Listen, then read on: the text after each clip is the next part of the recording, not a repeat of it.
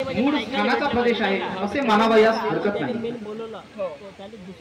मित्रांनो, संयुक्त राष्ट्र संघाने 9 ऑगस्ट हा दिवस जागतिक आदिवासी दिन म्हणून जाहीर केलेला आहे।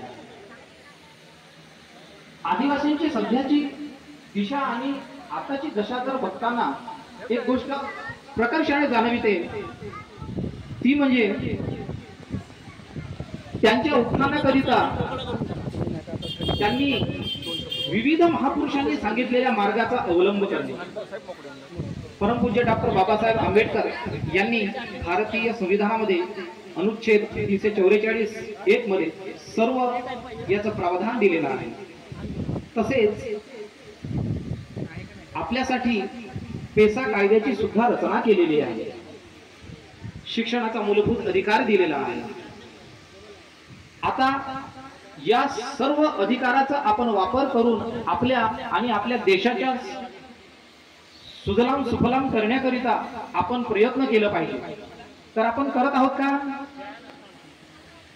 नाही करत आहोत असं नाही, निश्चितच करत आहोत। आणि आज जर त्याचे दृष्टांत स्वरूप बघितला तर निश्चितच अनेक क्षेत्रामध्ये आपल्या आदिवासी बंधू भगिनींचा टक्का शैक्षणिक क्षेत्रामध्ये, सामाजिक क्षेत्रामध्ये विविध दिसून येत आहे। आणि आता जो झालेला हा बदल आहे, यामध्ये आणखी गुणवत्ता प्राप्त करून आपल्याला आपला सर्व समाज व प्रकर्षाने आपला देश राज्य आपल्याला घडवायचं आहे। मी एवढंच बोलणार आणि आपल्या मान्यवर मंडळीचं आपल्याला मार्गदर्शन लाभणार आहे।